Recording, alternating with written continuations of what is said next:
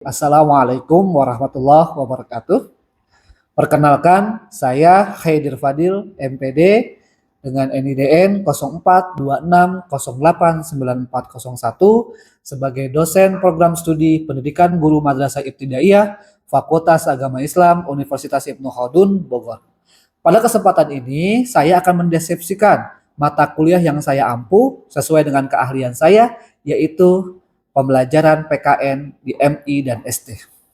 Pembelajaran PKN MI dan SD ini merupakan mata kuliah 2 SKS yang wajib diikuti oleh mahasiswa pada semester 5 program studi PGMI.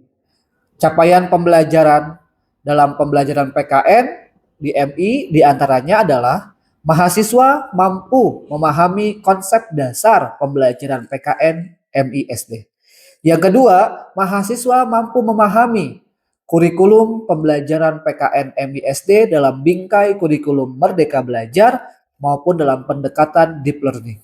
Dan yang ketiga, mahasiswa mampu menyusun perencanaan pembelajaran PKN MISD. Dan yang keempat, mahasiswa mampu mengidentifikasi dan menganalisis teori-teori belajar serta pendekatan maupun model-model pembelajaran PKN di MI. Dan yang kelima, mahasiswa mampu menyusun aspek evaluasi pembelajaran PKN di MI.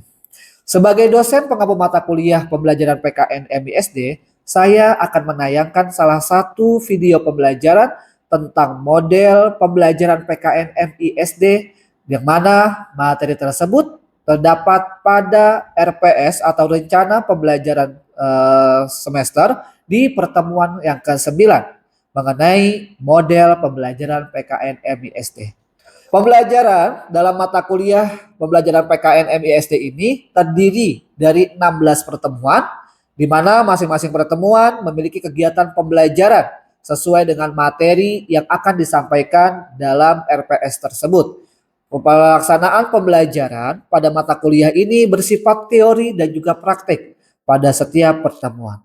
Adapun 16 pertemuan dalam rencana pembelajaran semester ini diantaranya adalah yang pertama, dosen bersama mahasiswa melakukan kontrak pembelajaran bersama. Yang kedua, yaitu membahas mengenai konsep dasar pembelajaran PKN MISD. Yang ketiga, problematika pembelajaran PKN MISD. Yang keempat, sistem pembelajaran PKN di era digital 5.0. Yang kelima, perkembangan kurikulum PKN MISD. Yang keenam, karakteristik usia sekolah dasar dan implikasinya dalam proses pembelajaran.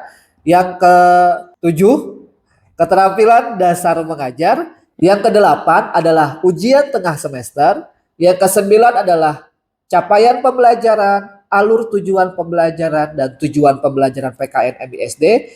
Yang ke-10 adalah analisis silabus pembelajaran PKN MISD. Kemudian yang 11, model pembelajaran PKN MISD. Yang ke-12, analisis materi pembelajaran PKN MISD. Yang ke-13, modul ajar pembelajaran PKN MISD. Yang ke-14 adalah rancangan penilaian pembelajaran PKN MISD. Yang ke-15 adalah praktek mengajar pembelajaran PKN MISD. Dan yang ke-16 adalah ujian akhir semester. Dalam pemberian nilai, bobot penilaian mahasiswa berdasarkan kehadiran yaitu 15%, tugas tertulis 20%, UTS 25%, dan UAS 40%. Sehingga total target pencapaian nilai mahasiswa sebesar 100%. Dalam perkuliahan ini, mahasiswa akan diberikan 2 kali penugasan. Satu penugasan kelompok dan satu lagi penugasan secara individu. Di mana dalam penugasan kelompok, mahasiswa diminta untuk mempersiapkan presentasi sesuai tema materi yang telah disiapkan. Di mana rubrik penilaiannya yaitu adalah yang pertama, kemampuan penguasaan materi yang disampaikan, kemampuan memberikan jawaban tanggapan pada pertanyaan, dan yang ketiga, kemampuan penguasaan kelas saat presentasi berlangsung. Tugas kedua adalah tugas individu. Pada penugasan ini, setiap mahasiswa diminta membuat modul ajar pembelajaran PKN MISD. Selanjutnya, mahasiswa melaksanakan praktek mengajar berdasarkan modul ajar tersebut. Rubrik penilaian pada penugasan individu yaitu sistematika penulisan laporan, penyajian hasil implementasi modul ajar tersebut. Demikianlah gambaran materi dan penugasan yang akan disampaikan pada mata kuliah pembelajaran PKN MISD ini pada semester ini. Terima kasih, semoga tayangan berikut bermanfaat dan selamat menyaksikan. Bismillahirrahmanirrahim. Assalamualaikum warahmatullahi wabarakatuh. Waalaikumsalam. Apa kabar anak-anak hari ini? Alhamdulillah. Alhamdulillah.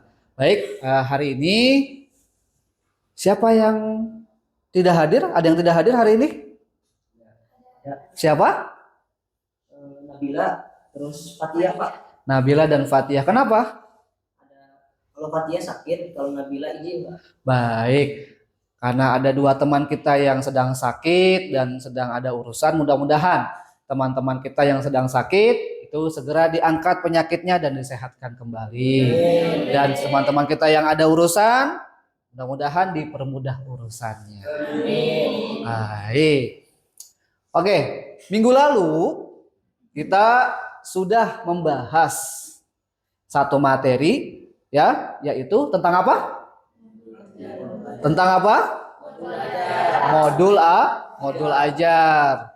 Sekarang saya tanya, apa sih yang dimaksud dengan modul ajar? Ya? Modul ajar itu salah satu jenis perangkat ajar yang memuat rencana pelaksanaan pembelajaran. Oke, good, bagus. Jadi modul ajar adalah salah satu perangkat yang memuat perencanaan pembelajaran. Itu namanya modul ajar. Nah, kemudian ya, sebutkan komponen modul ajar. Ya, silakan. Komponen yang modul ajar yang pertama ada informasi umum, Ya. yaitu nama sekolah, identitas penulis. Lalu yang kedua capaian dan tujuan pembelajaran, yaitu DCP, ATP, profil pelajaran Pancasila. Oke. Lalu yang ketiga ada detail rencana penggunaan, yaitu total alokasi waktu pembelajaran, sarkas, dan nasional kompetensi.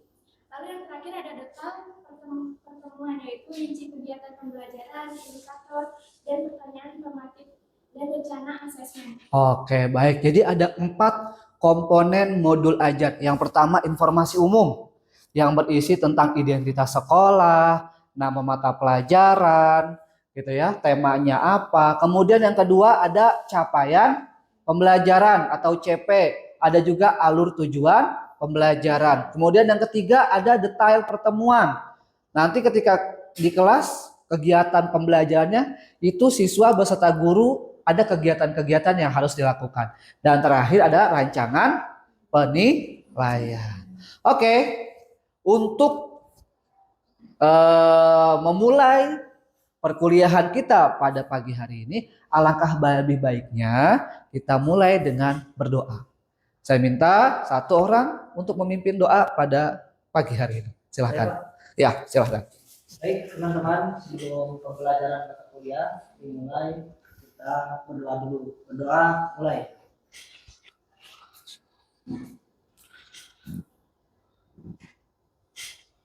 Doa selesai. Baik. Baik, terima kasih kepada kawan-kawan atas doanya ada hari ini. Baik, hari ini kita akan membahas tema lanjutan setelah tadi kita sudah mengulas tentang modul ajar. Nah, materi yang hari ini kita akan bahas yaitu adalah model pembelajaran PKN. Sebelumnya, ada yang pernah mendengar apa itu model? Belum? Belum ya? Belum, karena memang benar materinya baru akan dipelajari hari ini. Oke.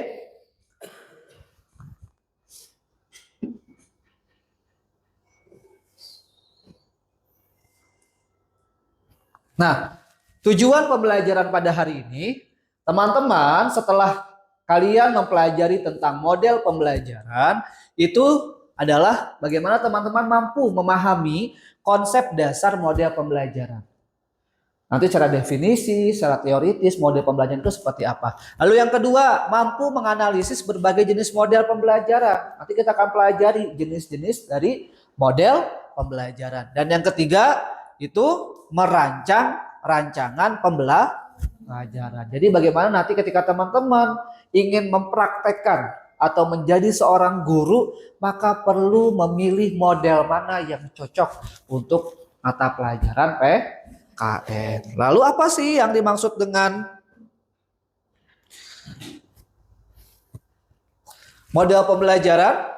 Model pembelajaran adalah salah satu kerangka konseptual yang memberikan panduan sistematis dalam merencanakan dan melaksanakan proses belajar mengajar.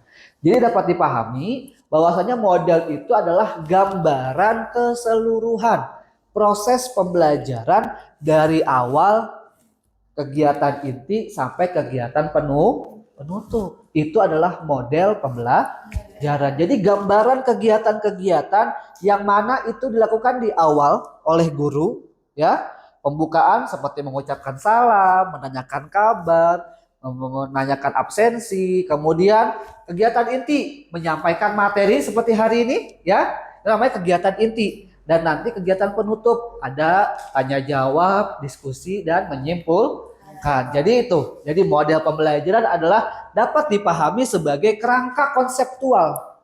Kerangka konsep gitu kan yang memberikan panduan bagaimana kegiatan proses pembelajaran dari awal hingga akhir. Nah, selain itu ada 3 istilah lagi. Ternyata dalam pembelajaran itu kita mengenal yang namanya pendekatan dan juga strategi maupun metode. Oke, saya minta satu untuk membaca apa sih yang dimaksud dengan pendekatan. Siapa yang mau membaca? Silahkan. Pendekatan pembelajaran yaitu sebagai titik tolak atau sudut pandang kita terhadap proses pembelajaran yang merujuk pada pandangan tentang terjadinya suatu proses yang sifatnya masih sangat umum. Di dalamnya mewadahi, menginspirasi, menguatkan, dan melatari metode pembelajaran dengan cakupan teoritis tertentu. Oke, baik, terima kasih. Jadi itu ya, pendekatan itu adalah titik tolak ukur atau sudut pandang kita terhadap proses pembelajaran. Mau akan seperti apa nanti proses pembelajaran yang kita lakukan? Apakah teacher centered learning, pembelajaran berpusat kepada guru yang aktif belajar, atau student centered learning, siswa yang aktif dalam proses pembelajaran. Itu. Kemudian strategi. Siapa yang mau membaca definisi dari strategi? Silahkan. Ayo. Oke. Strategi pembelajaran adalah suatu rencana atau rancangan yang disusun oleh seorang pengajar, guru, dosen, pelatih, dan lain-lain untuk mencapai tujuan pembelajaran tertentu. Rencana ini mencakup cara-cara yang akan digunakan untuk menyampaikan materi pelajaran, kegiatan-kegiatan yang melibatkan siswa, dan lingkungan pembelajaran yang akan diciptakan. Oke, jadi itu strategi itu baru sebuah rancangan. Bagaimana kita ibaratkan sebagai main games, ya, entah itu Mobile Legend, gitu kan, atau games-games lainnya, pasti ada strateginya. Gimana supaya kita menang. Begitu juga dengan proses pembelajaran. Guru merancang strategi pembelajaran agar apa? Tujuan pembelajarannya bisa tersampaikan dan siswa mampu memahami materi. Oke, yang ketiga ada metode. Nah, metode ini adalah langkah operasional dari strategi. Tadi ketika kita sudah merancang rencana kegiatan, baru kita implementasi melalui metode. Kemudian ada lagi yang namanya teknik dan taktik. Teknik itu adalah cara yang dilakukan oleh seorang dalam mengimplementasikan metode. Gitu. Dan taktik adalah gaya seseorang dalam menyampaikan materi pembelajaran. Masing-masing guru pasti memiliki taktiknya masing-masing. Ada guru ketika mengajar selalu diselipi dengan humor, dengan bercanda, dengan tebak-tebakan. Ada juga guru yang pembawaannya serius. Nah, itulah bagaimana guru gitu kan, taktik guru dalam menyampaikan materi pembelajaran itu. Tujuannya untuk apa sih? Nah, ada 4 tujuan model pembelajaran. Yang pertama, mengarahkan guru dalam mencapai tujuan pembelajaran. Dengan digunakannya model pembelajaran, itu diharapkan guru mampu mencapai tujuan pembelajaran. Tujuan pembelajarannya tergantung materinya. Kalau tentang PKN, misalnya tentang Pancasila, ya berarti minimal siswa kelas 1 itu mampu menghafal Pancasila. Ada yang hafal Pancasila? Ada ya? Coba bareng-bareng sebutkan Pancasila. 1, 2, 3. Pancasila, 1. Ketuhanan yang Maha Esa. 2. Kemanusiaan yang adil dan beradab. 3. Persatuan Indonesia. 4. Kerakyatan yang dipimpin oleh hikmat kebijaksanaan dalam permusyawaratan perwakilan. 5. Keadilan sosial bagi seluruh rakyat Indonesia.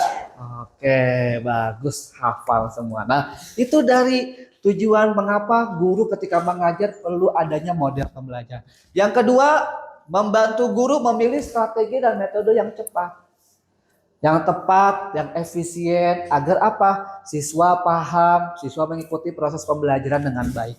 Dan yang ketiga, mendorong aktivitas belajar secara optimal. Siswa terlibat secara aktif, ada kegiatan yang dilakukan oleh siswa. Tidak hanya membaca, menulis, berhitung, tapi seperti ada kegiatan diskusi, presentasi, mendemonstrasikan. Nah, itu bagaimana bisa mendorong aktivitas belajar siswa secara optimal. Yang keempat, memfasilitasi diferensiasi dan inklusivitas dalam pembelajaran. Kita tahu bahwasanya siswa yang kita ajar ini memiliki kecerdasannya masing. Ada yang cerdas di bidang matematik, ada yang cerdas di bidang seni, olahraga, dan lain sebagainya. Nah, bagaimana melalui model pembelajaran ini, guru mengakomodir semua kecerdasan siswa di kelas tersebut. Kemudian ada manfaat. Ada 4 manfaat model pembelajaran. Pertama, menjadi pedoman dalam mengelola kelas yang aktif dan juga terarah. Juga menumbuhkan motivasi belajar dan rasa ingin tahu. Yang ketiga, membantu siswa memahami materi lebih dalam. Dengan adanya model pembelajaran, siswa lebih fokus memahami setiap materi yang disampaikan. Dan yang kelima, memberikan variasi dalam mengajar. Nah, baru kita masuk ke jenis-jenis model pembelajaran. Nah, jenis-jenis model pembelajaran yang pertama adalah model pembelajaran project based learning. Pernah dengar project based learning? Pernah ya? Gitu. Yang mana pembelajaran project based learning ini pembelajaran berbasis project, menghasilkan produk, ada karya yang dihasilkan oleh siswa. Lalu yang kedua, model pembelajaran blended learning. Pernah dengar istilah blended learning? Model pembelajaran blended learning ini adalah model pembelajaran yang mengkombinasikan antara tatap muka dan juga melalui Zoom, melalui Google Meet, ya, daring ya, mengkombinasikan antara pembelajaran secara daring dan tatap muka. Dan yang ketiga, ada model pembelajaran flip classroom. Apa flip classroom itu? Flip classroom itu adalah model pembelajaran di mana siswa belajar dulu di rumah, baru nanti ketika masuk ke kelas itu tinggal penguatan materi, pengulangan materi, dan diskusi materi. Jadi mereka sudah dikasih materi dulu sebelum masuk ke sekolah. Di rumah sudah dikasih materi, baru nanti di kelas itu tinggal didiskusikan. Ada lagi, itu tentang model pembelajaran discovery learning dan juga problem based learning. Discovery learning ini adalah model pembelajaran yang cenderung meminta siswa untuk mengobservasi atau bereksperimen, mencari tahu, menemukan informasi-informasi atau fakta-fakta dalam mata pelajaran PKN. Banyak. Karena PKN itu bukan hanya membahas tentang Pancasila saja, tapi ada unsur sejarahnya, ada unsur politiknya, dan lain sebagainya. Kemudian problem based learning. Problem based learning ini adalah pembelajaran berbasis masalah yang diawali dengan masalah. Contoh misalnya, guru membawa sebuah berita harian atau koran. Melihat headline news berita hari ini tentang banjir, tentang kerusuhan, ataupun yang lainnya. Kita cari penyebab kenapa rusuh, kenapa siswa tawuran, kenapa mungkin terjadinya hal-hal negatif, narkoba, judi online, dan lain sebagainya. Di situ dijelaskan. Nah, itulah problem based learning. Dan masih ada yang lainnya. Di antaranya itu ada inquiry, ya, kemudian ARCS, dan kemudian RADEC, dan model pembelajaran Living Value Education. Ini 4 alternatif model pembelajaran. Oke, tadi saya sudah menyampaikan jenis-jenis model pembelajaran. Sampai sini ada yang mau ditanyakan? Ya, silahkan. Model pembelajaran apa yang cocok untuk diterapkan di MI dalam pembelajaran PKN? Oke. Model pembelajaran apa sih yang cocok yang diterapkan oleh guru di materi PKN? Nah, dari ke-8 ya, model pembelajaran yang ada, salah satunya ya, itu adalah model Living Value Education. Kenapa Living Value Education? Karena model ini adalah pembelajaran tentang nilai-nilai kehidupan. Dan itu ada kaitannya dengan pembelajaran PKN. Karena yang diajarkan oleh para guru di sekolah adalah nilai-nilai kehidupan yang baik. Bagaimana menjadi siswa yang baik, menjadi warga negara yang baik juga, yang mampu menjalankan kewajiban dan mendapatkan hak-haknya sebagai warga negara. Oke, good, bagus. Ada lagi pertanyaan? Oke, silahkan. Apa kelebihan model flipped classroom dibanding pembelajaran konvensional di kelas? Nah, tadi kita sudah bahas ya, model pembelajaran flipped classroom itu adalah model yang mana proses pembelajarannya terbalik. Kalau konvensional itu biasanya belajar di kelas, gitu kan? Kalau flipped classroom itu terbalik, belajar dulu di rumah, baru datang ke sekolah, ke kelas untuk diskusi. Nah, kelebihannya apa? Kelebihannya tentu adalah siswa sudah memahami materi yang akan dipelajari sebelumnya, sudah membaca-baca, mencoba menganalisis, memahami materi tersebut. Tinggal nanti ketika masuk ke kelas, ya, itu tinggal mengkonfirmasi hal-hal yang memang belum dipahami oleh siswa tersebut. Jadi persepsi kita bahwasanya pembelajaran itu tidak harus selalu di dalam kelas. Bisa dari rumah sudah melakukan proses pembelajaran. Oke? Masih ada yang mau bertanya? Oke, silahkan.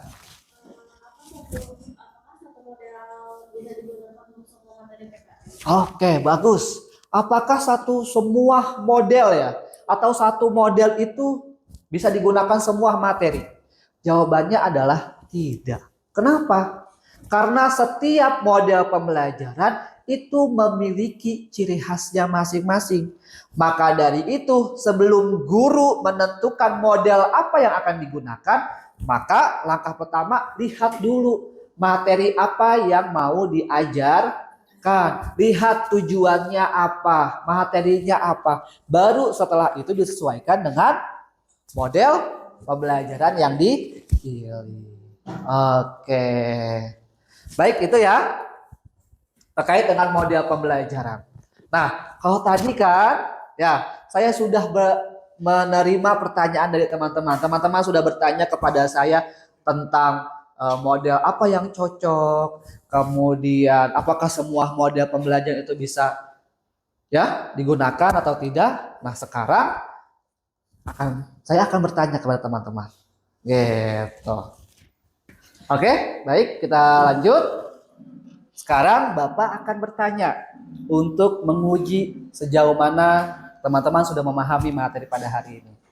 Yang pertama, sebutkan model pembelajaran yang mengintegrasikan menggunakan teknologi. Ya, silakan. Apa?